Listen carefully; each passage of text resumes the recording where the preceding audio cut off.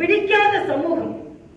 என் மீது வேறு எதையும் சொல்ல முடியாது, இவங்க மக்கள் சொல்ல முடியாது, இவங்க ஊழல் செய்தாலும் சொல்ல முடியாது, நான் ஒரு நேர்மையானவள் என்பதை நெஞ்சு நிமிர்த்தி என்னால் சொல்ல இயலும். 2 மாநிலத்திற்கு ஆளுநராக இருந்திருப்பேன், ஒரு சின்ன குற்றச்சாட்டு கூட என் மீது வைக்க முடியாது. என்னிடம் ஒரு கோப்பு வருகிறது என்றால் அது நேர்மையான கோப்பாக இருந்தால் கையெழுத்திடுவேன், நேர்மையற்ற கோப்பாக இருந்தால் கையெழுத்திட மாட்டேன். அதனால்தான் எனக்கு தெலுங்கானாவில் முதலமைச்சருக்கும் எனக்கும் சண்டை வந்ததற்கு காரணமே அதுதான். எத்தனை சண்டை வந்தாலும் நான் அடிபணியாதவள். அவரே ஒரு முறை சொல்லி இருக்கிறார், யார் யாரெல்லாமோ பார்த்துட்டு இவங்க சின்னவங்களா தானே இருக்காங்கன்னு பார்த்து இவங்களை ஒண்ணுமே நான் செய்ய முடியவில்லையே. இங்கே சில பத்திரிகைகள் எழுதுவாங்க, தெலுங்கானாவில் முதலமைச்சர் இவங்களை ஓடு ஓடு விரட்டுறாரு. அவர் நான் தான் ஓடு ஓடு விரட்டினேன். ஏனென்றால் எனது நேர்மை. மருத்துவத்துறையில் மிக பிரபலமான மருத்துவராக இருக்கிறேன். நீங்க சொன்ன மாதிரி கனடா நாட்டில் சென்று படிக்கிறேன். இந்தியாவிலேயே ஃபீட்டல் தெரப்பியில் 2வது படித்த மருத்துவர் நான். இந்தியாவிலேயே ஃபீட்டல் தெரப்பின்னா குழந்தைகள் வயிற்றில் இருக்கும் பொழுதே அவர்களுக்கு குறைபாடு இருந்தால் அதை நீக்கக்கூடிய மிக உயரிய படிப்பு. அந்த படிப்பை நான் படித்திருக்கிறேன்.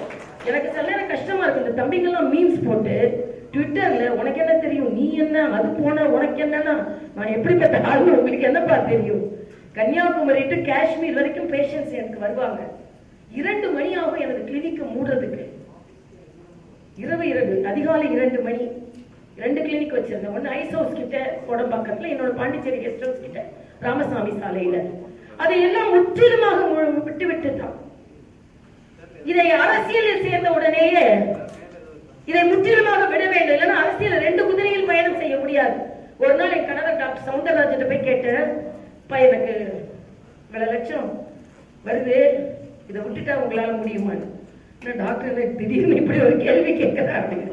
இதுல உனக்கு என்ன இஷ்டமோ அதை செய்ப்பா அப்படின்னா ஒரே நாள் முடிவெடுத்து ராமச்சந்திரா மருத்துவக் கல்லூரியில் எனது ராஜினாமா கடிதத்தை கொடுத்து விட்டு வந்து விட்டேன்.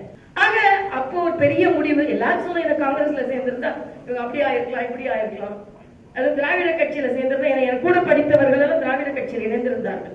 அதெல்லாம் வேண்டாம், பாஜகவில் இணைந்தேன். அந்த பாஜக என்னை நிச்சயமாக ஆளுநர் அளவிற்கு உயர்த்தியது. அப்பொழுதும் நான் எடுத்த முடிவு முதலில் தவறாக தெரிந்தாலும் பின்பு சரியான முடிவு என்று இந்த சமூகம் எடுத்தது. செய்திகளை உடனுக்குடன் தெரிந்து கொள்ள உடனே சப்ஸ்கிரைப் பண்ணுங்க.